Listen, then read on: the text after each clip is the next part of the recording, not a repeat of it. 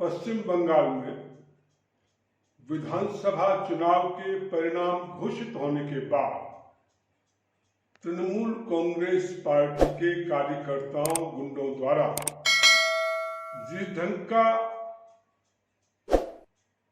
हाल वहां पर किया गया है, जिस ढंग से लोगों की हत्याएं की जा रही हैं, जिस ढंग से आगजनी की जा रही है, जिस ढंग से गैंगरेप किए जा रहे हैं, जिस ढंग से लोगों के साथ मारपीट की जा रही है, जिस ढंग से दुकानें लूटी जा रही हैं, इससे पता चलता है कि ये सारा का सारा कार्यक्रम एक सुनियोजित तरीके से तृणमूल पार्टी के द्वारा आयोजित किया गया है।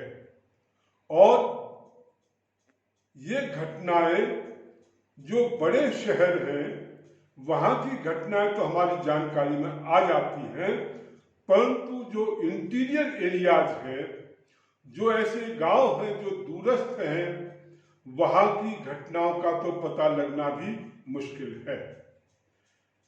आप इस बात से अंदाजा लगा सकते हैं कि किस प्रकार से ममता दीदी और उनकी पार्टी एक प्रकार से अंधे होकर हिंसा का सहारा ले रहे हैं और अपने विरोधियों को टारगेट कर रहे हैं, विशेष रूप से हिंदुओं को।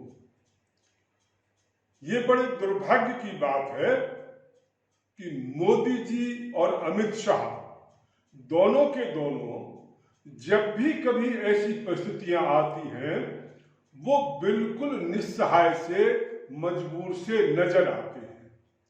क्या कारण है? वो प्रधानमंत्री हैं, वो होम मिनिस्टर हैं, क्या ये वहां की गवर्नमेंट को कोई वार्निंग नहीं दे सकते? ऐसी क्या मजबूरी है इनकी कि वहां पर हिंदू मारे जा रहे हैं और उनके अपने कार्यकर्ता मारे जा रहे हैं, उनके अपने कार्यालय जलाए जा रहे हैं और उनके साथ मारपीट की जा रही है। 9 लोगों की हत्याएं हो चुकी हैं, हो सकता है और भी ज्यादा हत्याएं हुई हो, परंतु अभी तक जो जानकारी में आया है। और केंद्र सरकार इतनी लाचार क्यों है? ये क्यों नहीं कुछ कर पाते? क्यों नहीं वार्निंग? अरे कम से कम वार्निंग तो दे सकते थे ममता बनर्जी को या वहां के अधिकारियों को। कुछ नहीं हो पा रहा। जो लोग अपने कार्यकर्ताओं को भी सुरक्षा नहीं दे सकते, इतने पावरफुल होते हुए उनके साथ कौन खड़ा होने की हिम्मत करेगा? कौन उनके साथ आने की कोशिश करेगा? और कोई क्यों खड़ा होगा? और ये स्थिति मोदी जी और अमित शाह की पहली बार नहीं है। इनका हमेशा का इसी ढंग का व्यवहार रहता है। हमने दिल्ली में देखा था, जब चांदनी चौक स्थित मंदिर पर अटैक किया गया और वहां पर जो हिंदू रहते थे, व्यवसायी रहते थे, उन पर जब अटैक किया गया तो उनके द्वारा कोई कार्रवाई नहीं की गई। अपराधियों के खिलाफ किसी ढंग की कोई कार्रवाई नहीं की गई। इसी प्रकार से शाहीन बाग के मामले में हमने देखा है, शाहीन बाग में जो भी हुआ, मोदी सरकार और मोदी सरकार के सारे मंत्री, अधिकारी, सब कुछ, सारे लोग कुछ नहीं कर पाए और उसकी परिणति फिर दंगों में होती है। और दंगों में हमने देखा, जब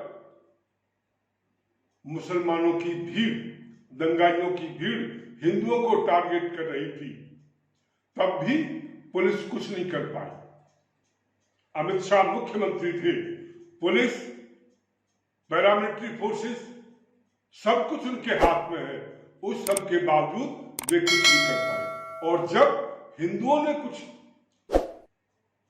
अपना प्रतिकार करना शुरू किया, अपनी सुरक्षा के लिए कुछ करना शुरू किया, तो जब गिरफ्तारियां हुई तो दोनों पक्षों की बराबर बराबर गिरफ्तारियां कर ली गई इस नाम पर कि जी देखिए हमने मुसलमानों को भी गिरफ्तार किया है, हमने हिंदुओं को भी गिरफ्तार किया है अपनी निष्पक्षता दिखाने के लिए।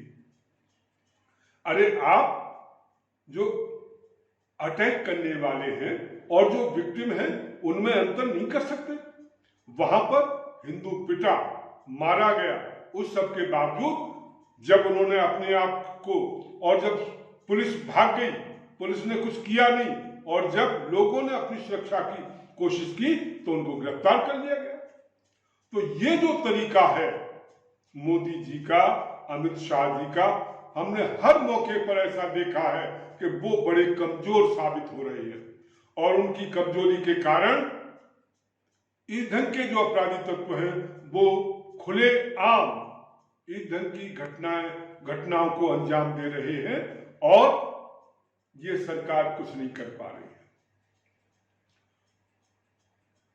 दिल्ली में आपने देखा होगा लगातार ऐसी घटनाएं हुई जहां हिंदू युवकों को टारगेट किया गया, परंतु वहां की पुलिस के द्वारा और अमित शाह जी के द्वारा दिल्ली के लिए कोई कार्य योजना नहीं बनाई गई कि इस ढंग की घटनाओं को रोका जा सके और जो इस ढंग के अपराधी हैं उनके खिलाफ कड़ी से कड़ी कार्रवाई की जा सके।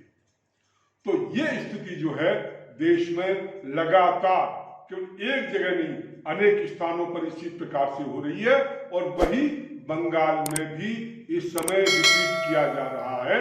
और ऐसा लगता है मोदी जी और अमित शाह दोनों ही शायद किम कर्तव्य विमूढ़ हो गए हैं या उनका काम करने का स्टाइल ही ये है कि वो केवल बातें करके, बड़ी बड़ी बातें करके अपने आप को वो दिखाना चाहते हैं, परंतु ग्राउंड पर वो कुछ नहीं कर पाते।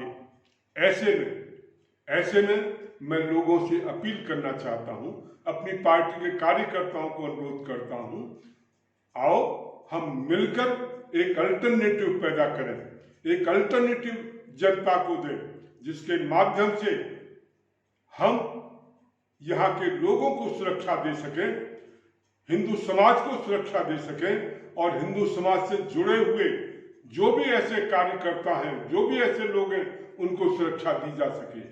इस ढंग का अन्याय, इस ढंग का अत्याचार हम सहन नहीं करेंगे और इसलिए मैं आप सभी का आह्वान करना चाहता हूं कि मोदी जी को हम लोग बहुत देख चुके हैं, अमित शाह जी को भी अनेक अवसरों पर हमने देखा है, वो हमेशा ही इस प्रकार की चुनौतियों का मुकाबला करने में अक्षम सिद्ध हुए हैं।